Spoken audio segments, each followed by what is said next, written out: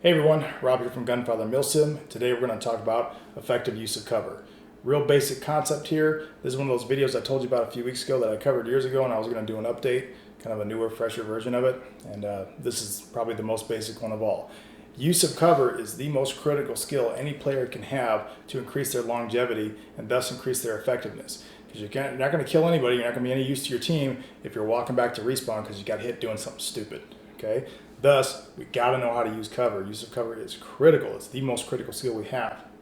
So I'm going to cover this in real broad strokes, 4 major rules, and then just kind of a couple finer points at the end. The first rule, and it's number 1 for a reason, because in my opinion it's the most important, is don't shoot over cover. Always shoot around cover. Okay. Now this is a pretty simple concept, but you'd be surprised how many people screw it up. Now the reason I do this is because if I got multiple bad guys out here downrange, and I peek over cover to engage them, all those bad guys can see me on that plane, and I can only engage one at a time. Thus, I'm going to take a lot of fire. I'm going to expose myself to all of them. They're all going to know I'm there. Okay, that's bad. So I don't ever want to shoot over cover. I always want to shoot around cover. Why? Because when I shoot around cover, just like in CQB, when I'm pieing a room, I can control my exposure and thus control my lane of attack. I'm the one who's going to dictate where I'm at, how much I'm exposed, and how much of a bite I'm taking out of that enemy space while I'm engaging it. That's a huge advantage. Okay, not only does it limit my exposure to enemy fire, it also keeps me concealed from any enemies that are out there, whereas if I were to pop over the top, everybody would see me. Now all those guys can't see me. And I'm only engaging one enemy at a time as opposed to exposing myself to all of them. Okay, basic concept, critically important. Now sometimes, you have to shoot over cover, there's no other option. And it is better to shoot over cover than to just stand there in the open with no cover whatsoever. It is technically safer, albeit only marginally so. One of the main times I find myself having to shoot over cover is, I'm 5'8", there's not a lot of cover I can shoot over, I'm short. But when there's vehicles involved, I'm going to be shooting over a vehicle, over the front or the back of a vehicle. That's one of the most common times I'm going to have to shoot over cover. Real world, what we're going to do is we're going to cant the weapon and get really low on the rifle and on that piece of cover to expose ourselves as minimally as possible. Unfortunately, in airsoft, we can't do that because we got the hop-up unit. Okay, that gives us our backspin. So if I was to cant the weapon like this, the hop-up's going to cause all my, shots to, veer off to the left. Can't do that. Thus, I got to keep the weapon upright and come over the top of that vehicle.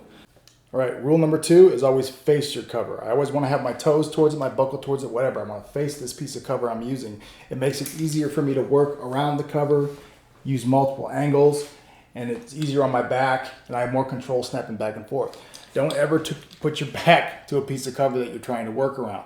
You'll see this a lot in video games, old school stuff like Metal Gear Solid, kind of dating myself. But you stand here like this, where whenever you use cover, you go up against the wall. I think that's why people do it, because they see it in video games and they think that's how it's done.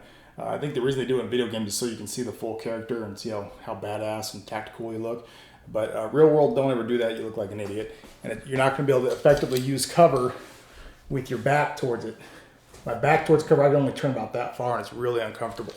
Whereas if I switch my hips and I face cover, now it's really easy to work around this cover all day. This goes for whether you're standing or you're kneeling. Doesn't matter. If you're kneeling down, just once again, hips facing the cover. You want your outside foot up. Makes it easier to pivot around. Same goes for my feet now. They're facing the cover. Outside foot is forward. All right. So if I were to work around this side of the cover over here, I would switch. You can't see it. But now my left foot is forward. Right foot forward, left foot forward. Okay. It's real common sense stuff. If you get out there and just try it on a piece of cover, you'll see why that's the ideal way to stand. It's just easier and it's more comfortable. Rule number 3, stay about an arm's length away from your cover. That is kind of the ideal length for working around it and for maximizing your safety while still being able to effectively move around it. Now people are going to say, well, Rob, the further away you are from cover, the easier it is to use it. And to some degree that is correct if you're only talking about against one target. So if there's just one guy downrange, I'm better off being a couple feet off, because then I can really take small bites and really lean out just the minimum amount I have to engage him and expose the bare minimum of myself. The problem is, the further back I move from this piece of cover, the more I am exposed to obtuse angles, okay? So thus, if I'm going to maximize the use of this cover, I have to be close to it. And people are going to say, well, why don't you just, scrunch right up next to it, because then therefore you can maximize the effectiveness of it. I can, but now I'm kind of crowding myself and I'm hindering my ability to use this weapon effectively because I'm so close. I got to bring this weapon out and around. That has a couple of problems. One, it's exposing my position because there's this muzzle hanging out around this piece of cover.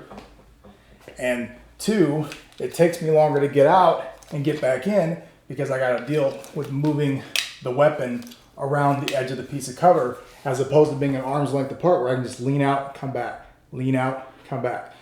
So real world, sometimes I have to move up close on a piece of cover. Let's say I'm in a building, kind of a CQB situation, maybe I'm on a SWAT operation, and I'm here trying to work a hallway or a door or whatever, and another guy's got to get behind me to get past me. Then I got to move up and work a door like this or work an opening like this, exposing my position because my muzzle's beyond the cover. But that's just one of those things you got to deal with when you're working around a team and a team member has to get past you. You're not doing it because it's a good idea. You're doing it because you have to. Now, additionally, it's a common rule at a lot of airsoft places if you're shooting out a window that you have to extend your muzzle 6 inches or whatever beyond the plane of the window so somebody walking by can see that you're there. It's for safety purposes. It's not a good tactical decision, but it's a safety issue because if they can't see your muzzle and they're walking past that building, past that window, and all of a sudden by accident they get shot at a range of 6 feet, that's a violation of the med and they're going to get hurt. And obviously safety is our number one priority. So when we're playing at fields like that, yeah, I got to stick my muzzle beyond that window frame, beyond that piece of cover, whatever their rule is for safety purposes. But when that rule isn't present and I can sit back here and maximize my use of cover, I'm going to do that. Okay, fourth and final big rule, and this is kind of a personal one, is check your 90s. Okay, and there's a lot of caveats to this. Let's say I'm approaching this piece of cover and I was 20 yards back and I was going to engage somebody who was further down range and they were firing shots at me, and that's why I moved here, because I want safety from his fire. The way the field looks 20 yards that way versus how it looks right here is very different. There are targets and threats that I couldn't see back there that are suddenly visible and I'm exposed to when I move up here. So if I have time to do so, if it's safe to do so from this position, I want to check those 90s first. I want to check my exposures here and my exposures here before I go on and engage these targets here. Now, if a person downrange, immediately downrange at my 12 o'clock is closing on me and engaging, then by all means, lean out, take care of him first. But if that's not the case, if that guy's on cover and plinking your way and you are safe because you're here, that's why I moved here, I'm safe from his fire here, the first thing I'm going to do when I move up this cover is I'm going to check that 90 and check that 90. Okay, because a lot of times I'm going to see either A, a threat that I couldn't see from back there, or B, better yet, a target that I can engage and get a quick, easy kill. Why do I check those first? Because this cover doesn't work against these angles. It's pretty common sense, but you'd be surprised how many people screw it up. I'm totally exposed on my flanks when I use this piece of cover. So let's say I've come up here, I've engaged that target, he's no longer a threat, and now I'm going to hold this position for a while. I'm going to hold this position to cover because it's a strong position and allows me to control a large area of the field. How am I going to scan for targets? Well, I'm going to start at the obtuse angles and work my way in to my 12 o'clock. I'm going to show you how that works. So I'm here, I'm always going to check, boom, check that 90 again, because that's where I'm most exposed, so that's what I want to check first. And then I'm going to start working around this cover and checking my different angles, okay? Now understand that with each little bump, each little step I make out, I am more exposed. I have more lanes that I can shoot, but I'm also more exposed to enemy fire. So I don't want to spend a lot of time hanging out here. If there's nothing to shoot, there's nothing to shoot. Head on back to the 90 where it's safe, okay, or safer. Now to cover some finer points from using cover. These are little things that are going to keep you alive and keep you from getting hit as often. When I'm up on cover and I'm using this piece of cover, this elbow needs to be welded to my body, okay? Don't let it hang out here. Don't chicken wing it. This is a very common mistake people make. And then when they're peeking out, they're getting shot in this elbow. How do I know? Because I've shot people there a lot and I also used to get shot there. So self-correcting problem. Keep that elbow welded up to your body when you lean out. Big pet peeve of mine. Second, I'm going to see if I can move the camera angle so you can see it. Okay, you're going to want to knock, call it knee knock. This knee is going to kind of bend in Thus, I'm kind of leaning out over that knee. So the only thing being exposed is like as I pop out there is my eyeball, my optic, and my muzzle.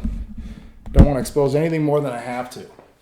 So once again, elbow in, welded to my body, knee knock, which you can't see right now, and I'm going to lean out. And the only thing theoretically I got to give up is my eyeball, my hand, and my optic.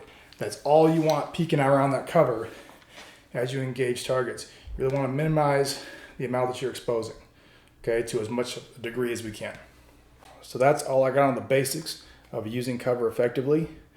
Practice it, do it right, weld that elbow to your body, do the knee knock, and just expose just a little bit, no more than you have to. And remember, when you come to a new piece of cover, unless there's a direct threat in front of you, always check those 90s. I'm telling you, it's going to save you. All right? So thanks for watching, and we'll see you next time.